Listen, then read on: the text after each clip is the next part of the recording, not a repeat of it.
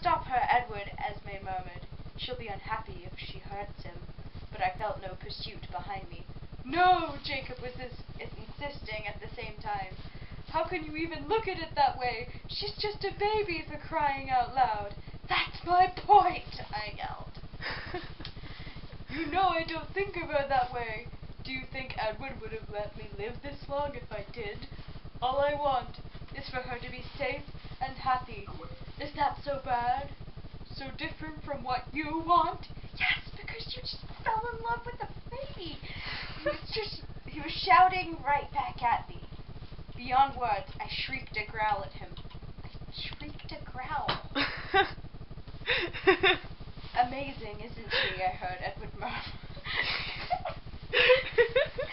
She hasn't gone for his throat even once, Carlyle agreed. She hasn't gone for his throat. Fine, you win this one, Emmett said grudgingly.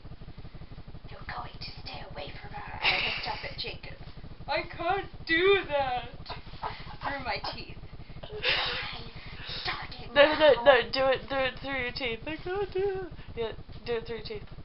Try starting now. It's not possible. Do you remember how much you wanted me around 3 days ago?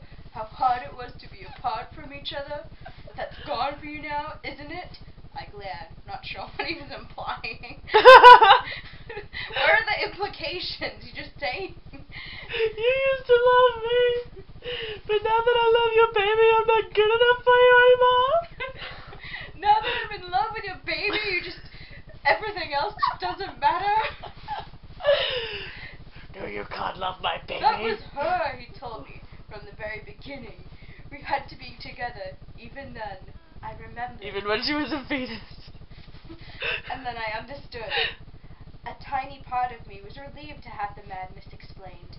But that relief somehow only made me angrier. What? Was he expecting that to be enough for me? That one little clarification would make me okay with this? I'm basically on Bella's side with this, even if she's shrieking growls or something.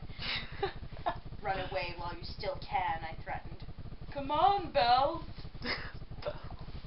Nessie likes me too. Nessie! Nessie! I froze. My breathing stopped. Behind me, I heard the lack of sound that was their anxious reaction. What did you call her? Jacob took a step further back, managing to look sheepish.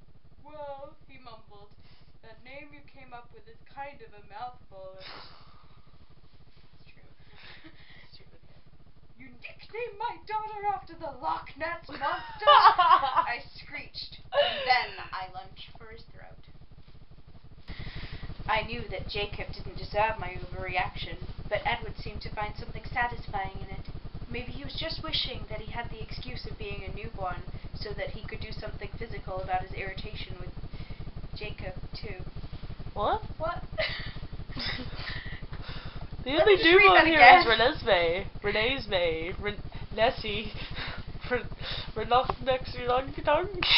Maybe he was just wishing that he had the excuse of being a newborn. Why would he have the excuse of being a newborn? I think they mean newborn vampire. I was thinking they meant like baby. Only babies are allowed to touch Jacob now. Cool.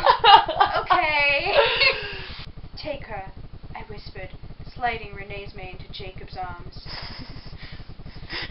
Whoa. What's going on right now? Seth and Jake slouched on the floor at once, but Leah shook her head and pursed her lips.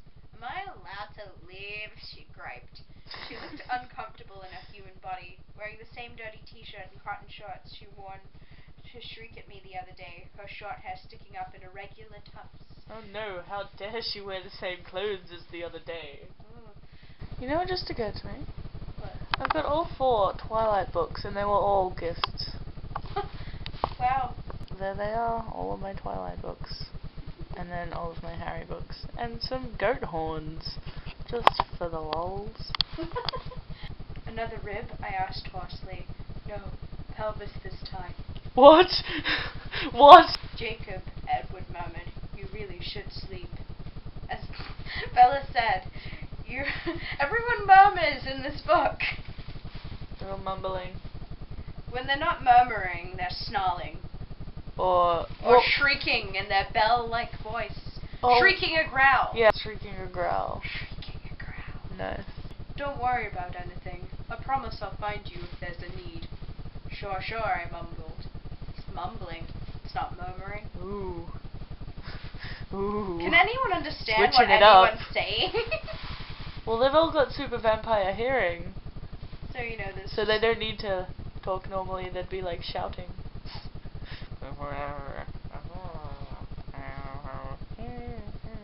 His eyes shifted to the TV. I lunged. His nose made a very satisfying crunching sound of its own when my fists connected. Who did she just punch?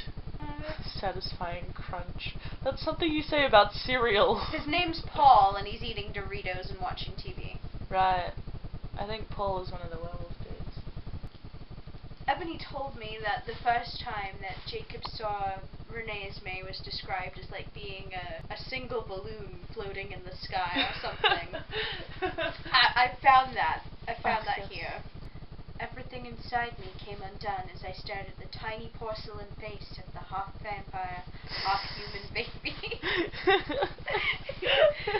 All the lines that held me to my life were sliced apart in swift cuts, like clipping the strings to a bunch of balloons. Everything that made me who I was. My love for the dead girl upstairs, my love for my father, my loyalty to my new pack, the love for my other brothers, my hatred for my enemies. Wait. Who's the dead girl upstairs? Are they just keeping a corpse? My home, my name, myself. Self in italics. Disconnected from me. In that second. Snip, snip, snip. And floated up into space. I was not left drifting. A new string held me where I was. Okay. Not one string, but a million of strings, but steel cables. Make up your mind! A million steel cables all tying me to one thing, to the very center of the universe. I could see that now, how the universe swirled around this one point. I'd never seen the symmetry of the universe before, but now it was plain. The gravity of the earth no longer tied me to the place where I stood. It was the baby girl in the blonde vampire's arms that held me here now. Renee's May. From upstairs there was a new sound, the only sound that could touch me in this endless instant. A frantic pounding, a racing beat, a changing heart. Nice, Jacob. It's cute how you're tied by steel strings to a baby.